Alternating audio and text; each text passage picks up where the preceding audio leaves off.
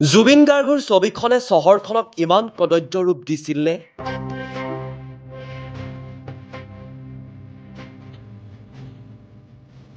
নে অপ্ৰয়োজনীয় আছিল একেবাৰে?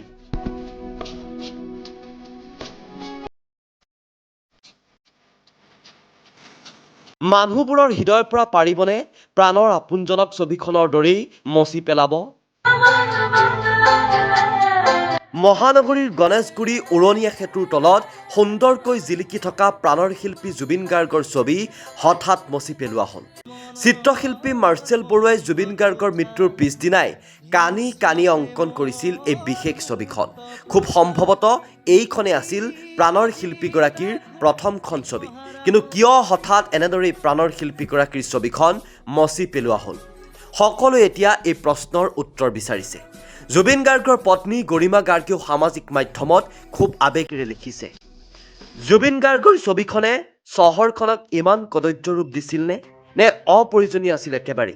মচি পেলোৱাৰ পিছত হয়তো গুৱাহাটীয়ে এক বিশেষ সুন্দৰ ৰূপ পালে, নহয়নে? মানুহবোৰৰ হৃদয়ৰ পৰা পাৰিবনে প্ৰাণৰ আপোনজনক ছবিখনৰ দৰেই মচি পেলাব?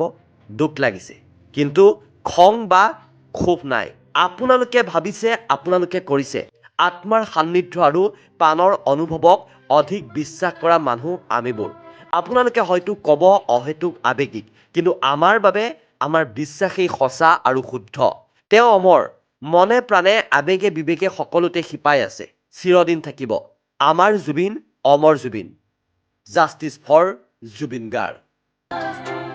News desk report, voice 365।